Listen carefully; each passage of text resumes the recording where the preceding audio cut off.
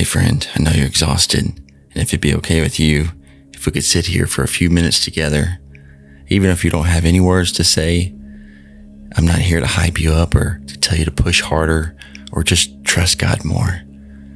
But I want to start here. I know that you're tired, and not just physically, not just emotionally, but the kind of tired that your soul feels so weighed down, where everything takes more effort than it used to, when you're still showing up, but it costs you more and more every day. You're not weak for feeling this way, friend. Please hear me. You're just worn down.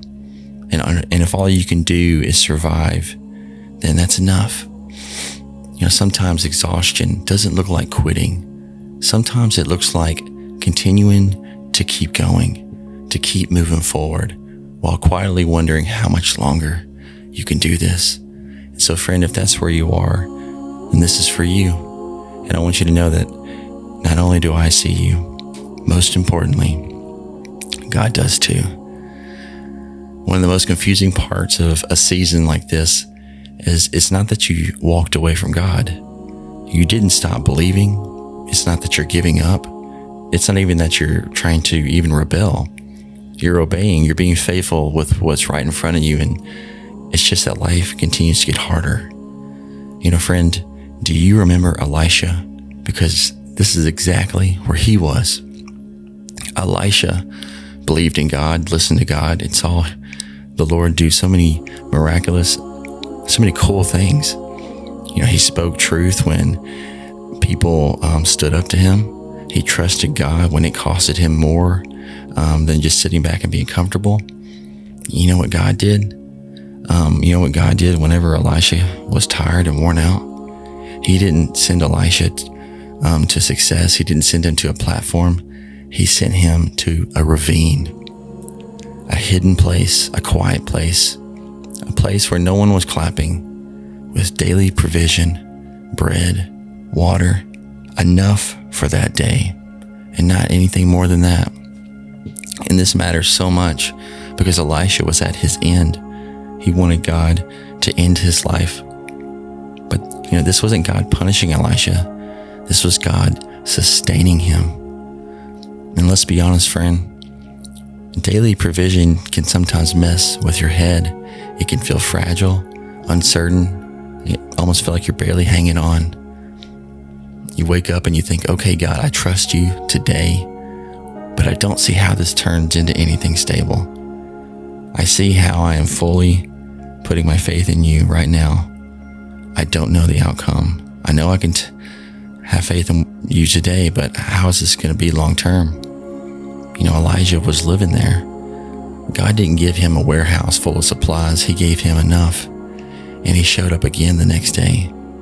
Sometimes God doesn't remove uncertainty. He meets you inside of it. Friend, right now I just applied at a new job, and it is something different than I've ever done. It's outside of my, quote unquote skill set. But I'm trying to be faithful with what's right in front of me, and I'm scared and uncomfortable, but I'm ready to work hard and just trust God with what's right in front of me, and also be faithful with these videos. And so I'm right there with you that sometimes maybe God doesn't remove that uncertainty, but he meets us here. And so I know God is with us. I know God is going to be with me in this new job. That's not a lack of care from God. It's kind of a different kind of closeness from God. God sends Elisha to live with a widow. It's not a safe situation, not abundance. It's another person who's afraid. And they're both running on almost nothing. They're both unsure of how tomorrow works. But you know what? God still provided. Not all at once, and not in a way that erases fear, but just enough, with shared fear, shared obedience, and shared trust. And so if you're walking through that pressure with maybe people you love, or if you're trying to be faithful together while still feeling scared, or you're going through a season where you're having to make decisions, you just don't necessarily know the outcome of your future, but you're trying to be faithful with what's in front of you. Man, friend, I see you, and I'm proud of you, and God is proud of you. You're living in something Scripture understands very well. Maybe your body's finally saying, I can't do this anymore. Maybe your nervous system has been edge for so long. I know mine has. And I've been living in a state of fight or flight for so long, and I've gone to see a doctor and just trying to reset my nervous system because of trauma. And so, the part of Elisha's story that people skip past too quickly, after the miracles, it's after the obedience, it's after the faithfulness. It's the moment that Elisha collapses. He runs and he hides in a cave, and he tells God he doesn't want to keep going. He's done. He's ready to just give up. And, listen closely. This is what God does. He doesn't lecture him. He doesn't correct him. He doesn't demand more faith out of him. You know what our Heavenly Father did? He comforted him. He fed him, let him sleep, and God feeds him again. And before God ever speaks to Elisha's calling, he tends to Elisha's exhaustion. It tells us something about the character of God, that he cares about us. And so God does not confuse burnout with failure. And so if you're exhausted, friend, God sees you. Your thoughts get louder, your body feels heavier, and you don't recognize yourself the way you used to. Maybe you feel like a stranger to yourself. I'm sure Elisha felt that, and yet God stayed. And maybe you're feeling that right now too. And, maybe you need rest. Maybe you need some comfort food. You know what that means? Doesn't mean you're a weak believer. Doesn't mean you have less faith as a Christian. It means that you're human, and God, he knows how to take care of humans. And what's so crazy cool is that Jesus, fully God, became fully human too. Fully God, fully human. So he understands us. And friend, when God finally speaks to Elijah, it's not dramatic. It's not a fire. It's not a wind. It's not an earthquake.